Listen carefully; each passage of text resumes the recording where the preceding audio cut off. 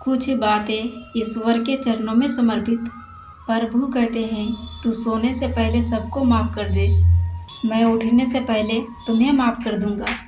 दुनिया से बात करने के लिए फ़ोन की ज़रूरत होती है और प्रभु से बात करने के लिए मौन की ज़रूरत होती है।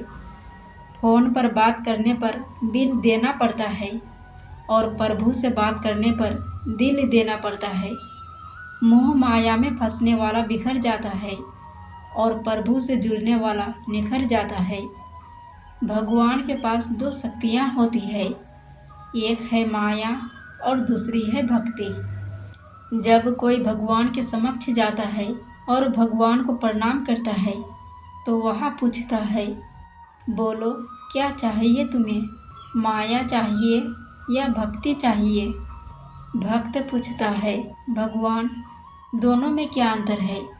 भगवान बोले, दोनों में एक ही अंतर है, अगर तुम्हें नाचना है तो माया ले जाओ, क्योंकि जीव उसके बस में रहे तो उसका नाम माया और भगवान जिसके बस में रहे उसका नाम भक्ति।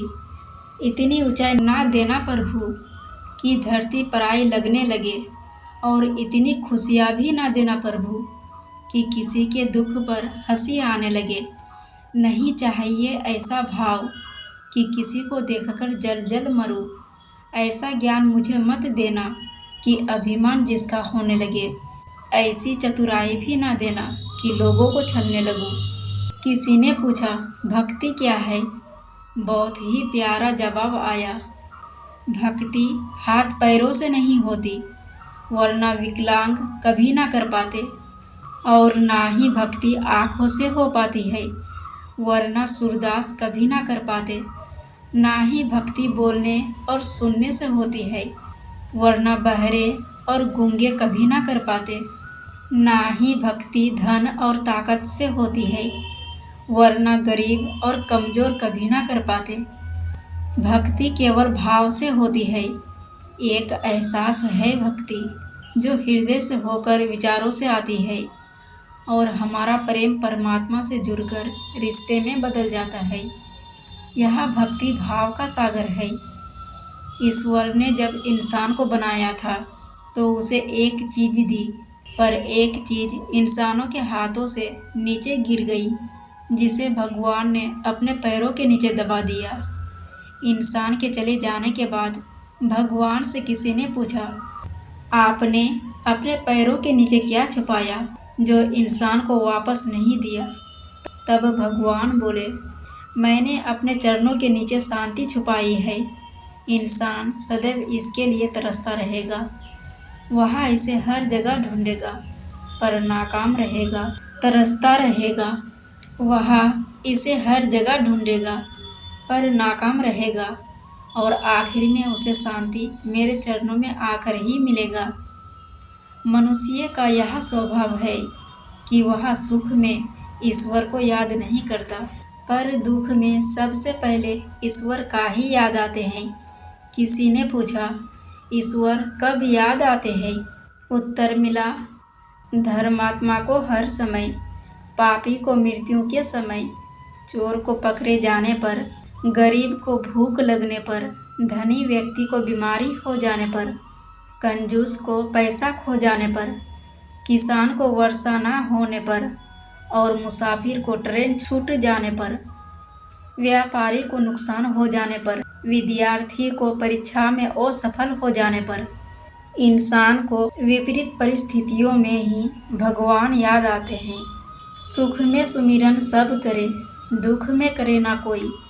जो सुख में सुमिरन करे तो वो दुख काहे होई। सब दरवाज़ा बंद हो जाए तो भी एक दरवाज़ा कभी बंद नहीं होता, और वो है ईश्वर का दरवाज़ा। उम्मीद स्वर से रखो, दुनिया से नहीं। मैंने कहा, मैं अपराधी हूँ। ईश्वर ने कहा, क्षमा कर दूँगा। मैंने कहा, बहुत परेशान हूँ। ईश्वर ने कहा, चिंता ना करो, मैं सब संभाल लूँगा। मैंने कहा, बहुत अकेला हूँ।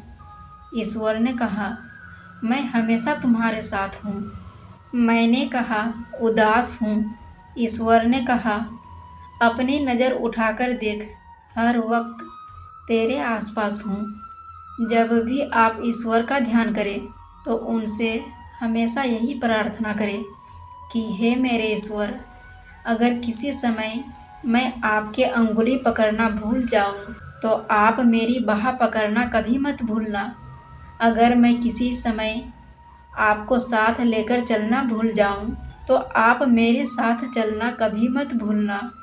कहते हैं खाली हाथ आए थे और खाली हाथ जाएंगे।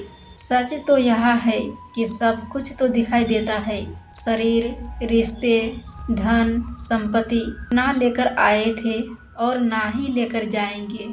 संस्कार और कर्म जो दिखते नहीं हैं, साथ लेकर आए थे और साथ लेकर जाएंगे।